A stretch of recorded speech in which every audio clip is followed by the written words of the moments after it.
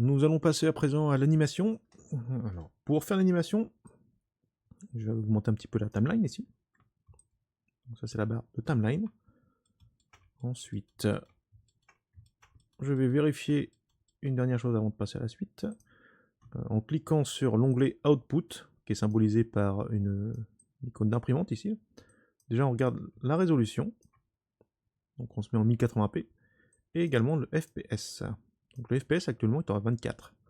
Alors je le change en 25. Alors historiquement, 24 FPS, c'est le taux de lecture classique des films, mais de plus en plus ça change. Hein. Donc soit c'est le double, c'est-à-dire 24 x 2, 48, ou alors c'est 25, ou 30, ou parfois 60, ou 50. Donc tout dépend de certains formats, etc. En plus, vous avez les formats YouTube maintenant, où on peut aller jusqu'à 60 FPS, voire plus, pour les jeux où on va avoir une grande fluidité. Alors à ce sujet, n'hésitez pas à voir des vidéos là-dessus, hein, concernant le FPS. Donc le gros débat là-dessus, c'est est-ce que avoir un taux de FPS élevé, c'est mieux? Bah ça dépend ce qu'on veut faire. Et en tout cas, pour tout ce qui est film d'animation et cinéma d'animation, évidemment, la première fois qu'on voit un film comme, par exemple, bah, les premiers c'était Avatar, hein, Avatar en Blu-ray, c'est super fluide, la résolution est tellement grande que c'est super beau, c'est super net. Euh, le problème, c'est que parfois on perd un petit peu de dynamisme. On perd certaines choses concernant les 12 principes de l'animation, euh, et on doit adapter ça en fonction du projet. Donc il ne faut pas opposer ces technologies, hein, ces techniques. Peut-être qu'un jour, bah, les générations futures regarderont plein de vidéos et plein de films en 144 FPS ou je ne sais pas, peut-être plus. En tout cas, avoir plus de FPS n'est pas forcément gage de meilleure animation, meilleure qualité. Tout va dépendre de ce qu'on veut obtenir. Donc n'hésitez pas à aller voir des vidéos qui traitent du sujet. Donc nous, en tout cas, pour l'instant, on est en 1080p et alors, pour la France, généralement, on va se mettre en 25 fps. Pourquoi 25? Pour plusieurs raisons. La première, c'est pour ne pas se mettre en 30, parce qu'il y a 5 images de différence quand même. Si vous avez des ordinateurs qui sont plutôt de faible puissance, et puis que vous n'avez pas encore les moyens d'avoir des tours de compétition, le 25 fps, c'est pas mal parce que vous économisez le calcul de 5 images par seconde lorsqu'on fait des rendus, donc en précalculé. Et ça, dans vos projets, quand vous allez évoluer, vous verrez que 5 images, c'est quand même pas mal et ça va alourdir le temps de rendu et ça va vous énerver, forcément. Donc, au départ, ça n'aura l'air de rien comme ça, mais sur le long terme, il y aura des répercussions. Donc, pour l'instant, on se met en 25 fps. Alors, au départ, là, maintenant, de l'animation, il faut bien réfléchir à qu'est-ce qu'on veut faire, c'est quoi le but. Donc le but de l'animation motion design, là, c'est de créer donc, une scène et d'avoir un message final, donc avec mémoriser, comprendre, appliquer, analyser, évaluer, créer, donc qui est déjà placé comme ça. Non, au lieu de vouloir déformer tous les éléments et de les placer un par un bêtement, là on peut se dire une chose, c'est que mais on l'a déjà le résultat final. Le placement est déjà fait. Donc je sélectionne tous les éléments de la scène. Après, sur quel frame est-ce que je vais bloquer? Ben là, comme je ne sais pas, moi je vais prendre 200. Pourquoi 200? Bah parce que 200 divisé par 25, on peut se dire, tiens, 200 divisé par 25, on peut avoir quelque chose d'intéressant, et c'est peut-être un multiple, et ça va peut-être nous donner donc, un certain rythme. Donc là-dessus, on peut se dire que voilà, normalement, ça fait donc, 1, 2, 3 et 4. Donc 4 fois 2 ça fait 8. Donc 8 ça fait à peu près 8 secondes d'animation. Donc déjà 8 secondes d'animation, donc là, en 8 secondes, donc on a le temps de placer donc, les blocs plus les mots pour faire apparaître progressivement le message. Donc là 200, c'est un bon repère. Et il faut se dire que dans le placement, rien n'est figé complètement. Tout restera malléable, réajustable. Donc là, je me place en frame 200, je sélectionne tous les éléments, j'appuie sur la touche K, et je place donc, une clé d'animation, voilà, en Location, Rotation, Scale et Custom Properties. Donc là, en frame 200, je viens de bloquer tous ces éléments, et en sélectionnant chaque élément, et si je regarde dans l'onglet Item, je m'aperçois que tous les canaux passent en jaune. Donc là, il y a bien une clé d'animation qui est placée sur tous les canaux. Donc là, tout est bloqué. Donc si j'appuie sur barre espace, bah, évidemment, il ne se passe rien. Alors ce qui va être intéressant maintenant, c'est de placer le curseur de la timeline sur la frame numéro 1. Et là, je vais sélectionner tous les éléments de la pyramide, et seulement eux. Je recule ces éléments. Voilà, je lâche. Voilà, donc là, ils sont plutôt bien placés, parce que là, les mots, quand ils vont apparaître, ça va être plutôt comme ça. Donc là, après, donc, ils vont apparaître, ils vont venir se placer de gauche vers la droite. Voilà. Donc attention, en animation, tant qu'on n'a pas placé de clé, parce que là, il n'y a pas de clé d'animation sur les éléments qui sont là, si je déplace le curseur de la timeline, voici ce qui se passe. Donc bah, Blender lit l'animation. Et comme là, il n'y a pas de clé, il va lire la prochaine clé qu'il rencontre. Donc, qu'il rencontre dans... Alors, quand on est... quand il n'y a pas de clé le plus à gauche, c'est-à-dire que ça c'est la dernière clé. Ça, c'est la dernière clé. Et à gauche, il n'y a pas d'autre clé. Et à droite, il n'y a pas d'autre clé. Donc, quand on est à gauche de la clé de l'intervalle, donc Blender va lire la clé qui est immédiatement à sa droite. Mais si le curseur de la timeline est à droite, donc Blender va lire la dernière clé de l'intervalle qui est immédiatement à sa gauche. Donc faites bien attention. Donc, ce qu'il faut retenir, c'est que quand on place le curseur de la timeline sur une frame et que l'on positionne un ou plusieurs objets, il faut placer une clé d'animation. Donc je peux appuyer sur la touche K pour replacer une clé d'animation. Ici, en Location, Rotation, Scale et Custom Properties. Voilà. Donc là, si je clique sur chaque élément, donc je vois que les canaux sont passés en jaune. Alors faites bien attention, depuis la version 4.2, parfois c'est pas le cas. Parce que vous êtes dans un mode particulier. Donc vous pouvez cliquer sur mode Edit, Preferences, cliquez sur la section Animation. Ensuite là vous venez ici là, donc Only Inserted Needed. Donc là, essayez d'avoir les mêmes réglages que moi. Donc en tout cas, ça c'est quelque chose qui a été rajouté là. Donc le manuel est auto. Donc ça c'est surtout pour ceux qui travaillent en auto-key. Donc moi en appuyant sur la touche K, ça rajoute bien les clés d'animation. Donc là, si j'appuie sur barre espace, voici ce qui se passe. Voilà. Donc on a l'animation avec l'interpolation entre la frame 1 et la frame 200, donc qui nous déplace de manière classique les blocs de la pyramide. Voilà. Bon, bah, j'arrête l'animation. Bon, par contre, bah, c'est pas ça qui m'intéresse. Moi, ce qui m'intéresse, c'est que la base violette là puisse se mettre à sa place de destination, sa place de fin, mais à peu près en 25 frames. Donc, tout simplement, ce que je fais, c'est que je sélectionne la base en violet, je me déplace sur la timeline, je mets en frame 25. Est-ce que je suis en frame 25 non, c'est 26, 25, voilà. 5. Et là, ce que je vais faire, c'est que, comme je veux qu'elle soit sur cette position finale, je viens voir cette clé-là. La clé que j'ai placée tout à l'heure en frame 200, c'est la position finale. Donc je vais la recopier. Donc je sélectionne la clé. Je fais un clic droit, copie. Ou alors CTRL-C. Attention, si on veut faire un CTRL-C, il faut le faire avec le pointeur de la souris correctement dans cette zone.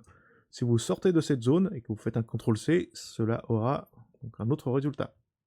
Donc je sélectionne la clé, je laisse le pointeur de la souris dans la zone, CTRL-C.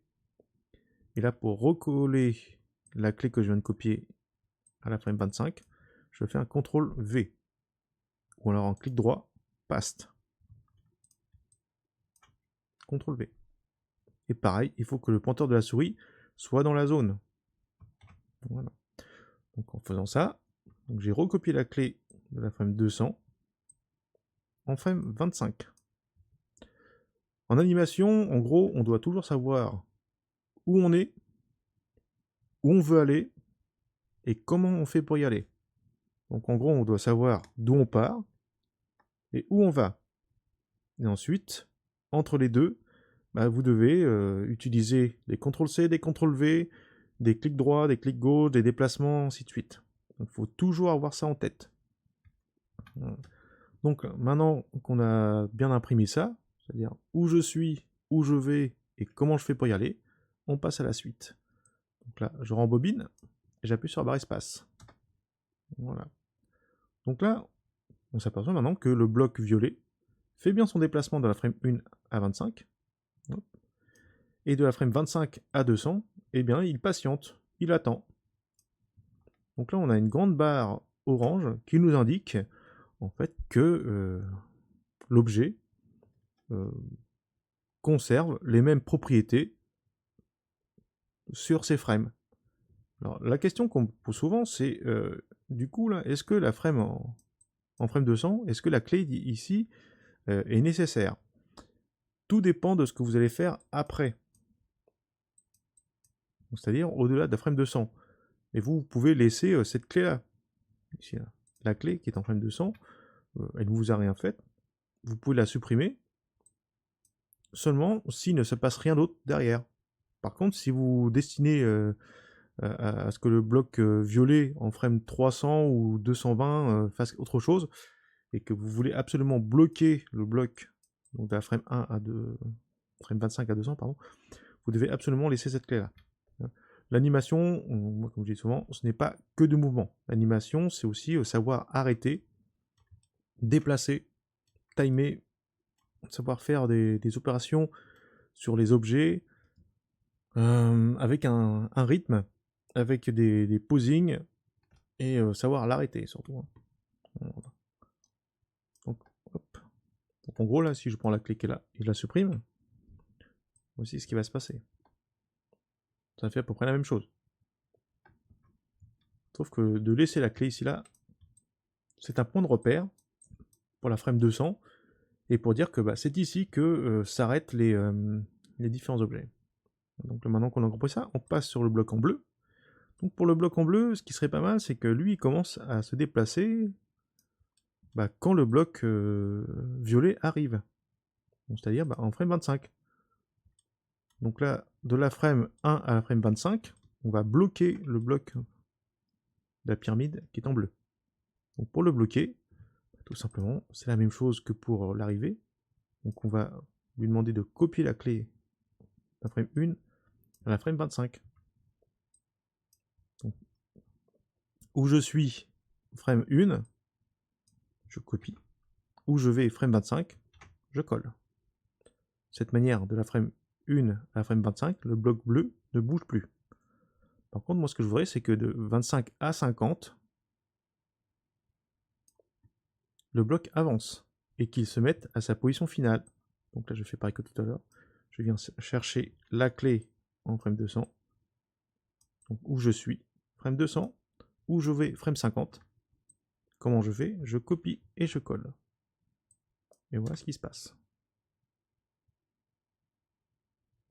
Donc là, qu'est-ce que je viens de faire? Je viens de faire une sorte de programmation visuelle en tout cas. Et là, je demande au bloc bleu de se déplacer seulement en position horizontale, donc pour qu'il puisse avancer. Évidemment, je peux tourner autour de la scène. Voilà ce qui se passe dans la scène. Voilà, donc là, j'arrête. Je passe au bloc vert et je fais pareil. Donc là, c'est en frame 50 que le bloc qui est en dessous, le bloc précédent, le bloc bleu, arrive à sa position finale. Donc je sélectionne le bloc en vert. Et là, moi, je veux bloquer sa position de la frame 1 à 50. Donc où je suis, frame 1, je copie. Où je vais, frame 50, je colle. Là maintenant, je vais faire 50 plus 25, c'est-à-dire 75. Alors pourquoi est-ce que je prends 25? Eh bien parce que le taux de framerate, c'est 25. Et qu'en plus, 25, c'est un nombre assez simple pour faire des multiples. Donc 25 plus 25, ça fait 50. 50 plus 25, 75. 75 plus 25, ça fait 100, ainsi de suite. Il est plus aisé et plus facile de faire des calculs avec un nombre comme 25, 10, 5, 20, que de faire des calculs avec un nombre comme 17, ou 13, ou 21. Je pense que vous voyez ce que je veux dire. Surtout pour ceux qui ne sont pas à l'aise avec les maths.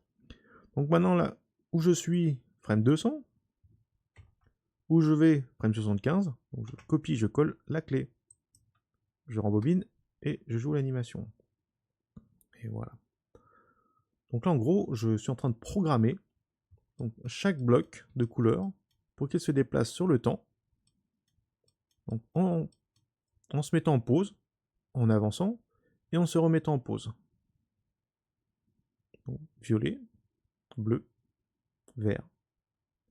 Donc évidemment, les autres blocs, eux, ils continuent à avancer parce que j'ai...